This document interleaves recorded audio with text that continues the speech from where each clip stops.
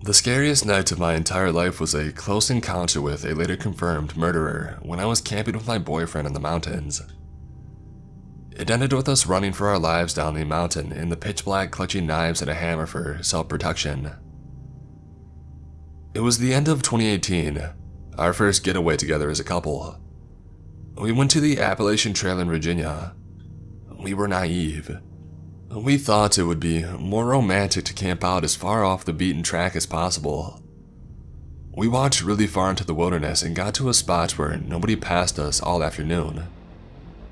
We were making s'mores over the campfire after it had just got dark. It was twilight. All of a sudden, my boyfriend saw a man approaching us slowly.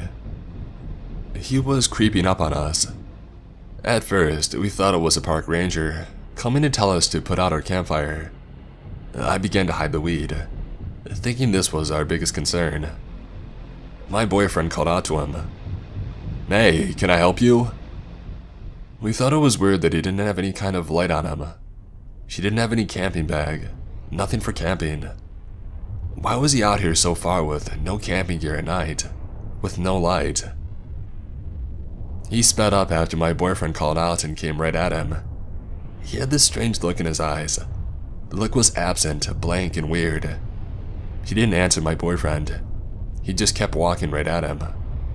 Red flags going off at this point. When my boyfriend realized that it wasn't a park ranger, he quickly put his hand in his pocket where he had a concealed knife. He made it clear that he had a weapon. It was only after my boyfriend did this that the guy acknowledged us. He said something weird. "Oh, I was just wondering if y'all were having a party." Remember, we were miles away from a single soul, and it was beginning to get dark when he began to approach us slowly without a flashlight. He had no camping gear with him, just a tiny drawstring bag on his back. After he asked what we were doing, we didn't give him any answers but asked what was going on. He didn't answer. He just looked past my boyfriend towards the site. It was windy, so we had put up a tarp to shield ourselves. This also meant that the guy approaching couldn't see how many people were at our site. He asked, "How many people you got with ya?" He began to circle our site to check us out. He asked again if we had any other people with us, and my boyfriend didn't answer. He carried on circling around our camp. Now bear in mind, we had set up our camp on this crazy steep hill. It was the only spot for miles that was possible to put a camp. However, he told us that he was going to set up camp nearby. He proceeded to walk off in that direction straight up the hill. We knew for a fact he couldn't put a campsite there because of the terrain. Remember, he had no light and no bag with camp gear. Nothing. We were silent. We listened to his footsteps on the leaves as he walked up the hill in the direction completely off the path. He walked for about 30 seconds, and then his footsteps stopped completely. He was just still, silent. We knew he was still there, but we couldn't see him. It was dark. At this point, I was freaking out. I didn't want to seem like a baby in front of my boyfriend. We had to talk about whether we needed to leave.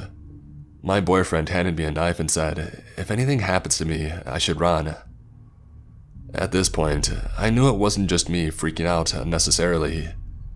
He said that we needed to get out of there and just to grab essential items. I was scared that he was about to shoot us dead.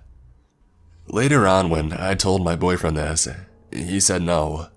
This is the type of guy who would probably prefer to stab his victims to death. We began to walk, kind of run down the trail in the pitch black with our lights off for at least a mile. My boyfriend looked back to see him staring at one point. He ran behind me to protect me. This experience stuck with me. I still can't think of a rational or non-menacing reason why that guy was out there that night. I've tried. Now this was the end of 2018, but my boyfriend, now husband, and I were remembering it last night. I decided to type in Google if there had been any murders in the same place around the same time. And there was. A few months after our incident on the same trail, an unhinged man with crazy eyes approached some hikers at twilight as it was getting dark. He behaved in a deranged and aggressive manner before stabbing a man to death with a 17-inch knife. A woman he was with ran for her life down the trail. Finally, she raised her hands in surrender, and he began to stab her. Somehow, she managed to get away. The killer carried on wandering the trail and shouted out to other campers to give him a flashlight. They didn't, thank goodness. All of these details are the same as the guy who approached us. Same age, same deranged eyes, same lack of flashlight, same time to approach us, same look, same place. The more articles I read, the more I realize this psychopath had been roaming the trails harassing hikers for a while. A few different people had reported him, not just us. Apparently this erratic and violent psychopath was well known to law enforcement along the Appalachian Trail. His name is James Sovereign Jordan. We got lucky. It could have been us.